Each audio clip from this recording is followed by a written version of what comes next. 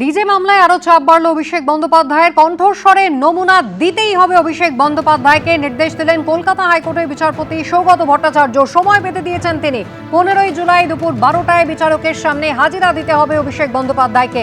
আদালতের চাপে মামলা প্রত্যাহার করলেন অভিষেক বন্দ্যোপাধ্যায়। কণ্ঠস্বরে নমুনা দেওয়ার নির্দেশকে চ্যালেঞ্জ করে যে মামলা দায়ের করেছিলেন তা অভিষেক বন্দ্যোপাধ্যায়ের আইনজীবীরা প্রত্যাহার করে নিলেন। গলার স্বর কবে দেবেন অভিষেক বন্দ্যোপাধ্যায়ের আইনজীবীকে প্রশ্ন করেন বিচারপতি। সবকিছুর একটা সীমা আছে মন্তব্য করেন বিচারপতি সৌগত ভট্টাচার্য। বিচারক একটা নির্দেশ জারি করেছে, সেটা মানতে আপনি বাধ্য। অভিষেক বন্দ্যোপাধ্যায়ের আইনজীবীকে উদ্দেশ্য করে মন্তব্য করেন কলকাতা হাইকোর্টের বিচারপতি।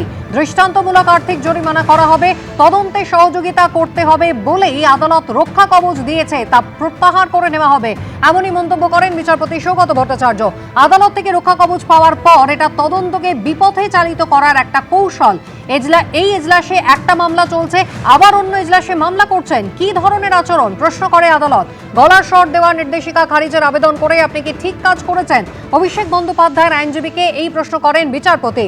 নিম্ন আদালতের নির্দেশের প্রয়োজন নেই, এই আদালতে অর্থাৎ কলকাতা হাইকোর্টের নির্দেশেই গলার স্বর দিতে বাধ্য অভিষেক বন্দ্যোপাধ্যায়, জানিয়েছেন কলকাতা হাইকোর্টের বিচারপতি সৌগত ভট্টাচার্য।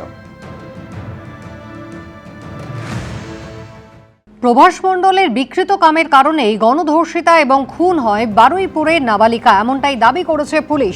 পুলিশি তদন্তে ইতিমধ্যেই আরও নতুন তথ্য উঠে এসেছে।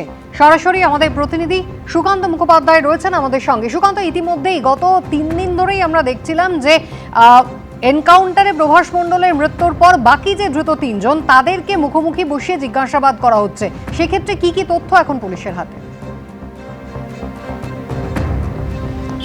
দেখো, পুলিশ সূত্রে যেটা জানা যাচ্ছে যে এসআইটির যারা সদস্যরা যারা তদন্ত করছেন এই গণধর্ষণ ও খুনের ঘটনাতে, তারা লাগাতার কিন্তু জিজ্ঞাসাবাদ করে চলেছেন, কখনো আলাদাভাবে কখনো মুখোমুখি। আনন্দ সর্দার, দিবাকর সর্দার এবং কবির মোল্লা, এবং এই 3 জনকে জিজ্ঞাসাবাদের পরিপ্রেক্ষিতে যেটা এখনো পর্যন্ত তথ্য উঠে আসছে যে নেপথ্যে কী কারণ, অর্থাৎ মোটিভ কি, কেন এই নাবালিকাকে নজরদারি করে টার্গেট করে তাকে একটা নির্দিষ্ট ডেরাতে নিয়ে এসে খুন করা হলো, গণধর্ষণ করা হলো এবং দেহ লোপাট করা হলো। পুলিশ সূত্রে যেটা তথ্য উঠে আসছে সেটা হচ্ছে যৌন লালসা, বিকৃত যৌন লালসাকে চরিতার্থ করার জন্যই কিন্তু এই নাবালিকার উপর নজরদারি রাখছিলেন প্রভাস মণ্ডল। এবং প্রভাস মণ্ডল যে কিনা আগে থেকেই পরিকল্পনা করেছিল এবং সেই মোতাবেক যেহেতু একই এলাকাতে এই অভিযুক্তের বাড়ি এবং নির্যাতিতার গতিবিধির উপর কিন্তু নজরদারি রাখা হচ্ছিল, এবং গতিবিধির উপর নজরদারি রাখার পর তার সাথে কিন্তু বেশ কিছুটা আলাপও করেছিল এই প্রভাস মণ্ডল।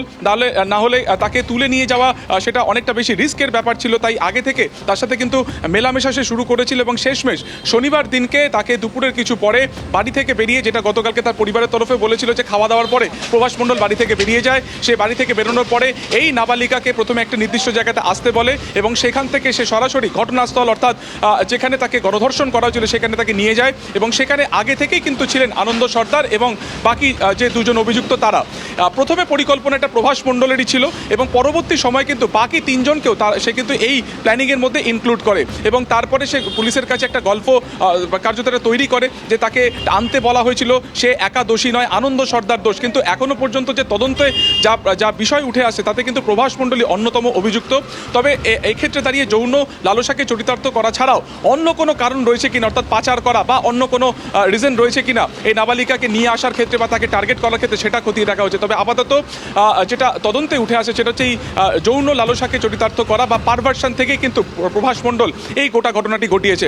শুধুমাত্র এই ঘটনা নয়, এর আগেও এলাকার একাধিক মহিলার সাথে উত্ত্যক্ত আচরণ করা, তাদেরকে টোন করা, এই ধরনের বা তাদেরকে ইফটিজ করা, এই ধরনের একাধিক অভিযোগ কিন্তু এই প্রভাস মণ্ডলের বিরুদ্ধে ছিল। কিন্তু কখনো এর আগে কোনো লিখিত অভিযোগ তার বিরুদ্ধে না হওয়াতে পুলিশ কিন্তু তাকে আটক বা গ্রেফতার বা পুলিশি কোনো অ্যাকশন তার বিরুদ্ধে নেওয়া যায়নি। এবং পুলিশ সূত্রে যেটা জানা যাচ্ছে যে 3 জন রয়েছে, অর্থাৎ আনন্দ, দিবাকর এবং কবির মোল্লা, তাদের ভূমিকা কী ছিল সেটা এখনো পর্যন্ত তদন্তে উঠে এসেছে। পরবর্তী সময় তাদেরকে ঘটনাস্থলে নিয়ে গিয়ে পুনর্নির্মাণ বা রিকনস্ট্রাকশন করারও পরিকল্পনা রয়েছে কিন্তু তদন্তকারীদের। একেবারে সুকান্ত, তোমার কাছে আবারও ফিরবো। তবে মূলত প্রভাস মণ্ডলের বিকৃত কামের জন্যই কিন্তু শনিবার ওইভাবে যৌন নির্যাতন এবং খুন হতে হয়েছে ওই নাবালিকাকে, পুলিশ এমনটাই অনুমান করছে। এই প্রভাস মণ্ডলই হচ্ছে এই ঘটনার অন্যতম কালপ্রিট, এমনটা কিন্তু পুলিশ আগে থেকেই দাবি করছিল। প্রথম থেকেই সে পুলিশকে বিভিন্নভাবে বিভ্রান্ত করার চেষ্টা করে, বারবার নিজের বয়ান বদলায়।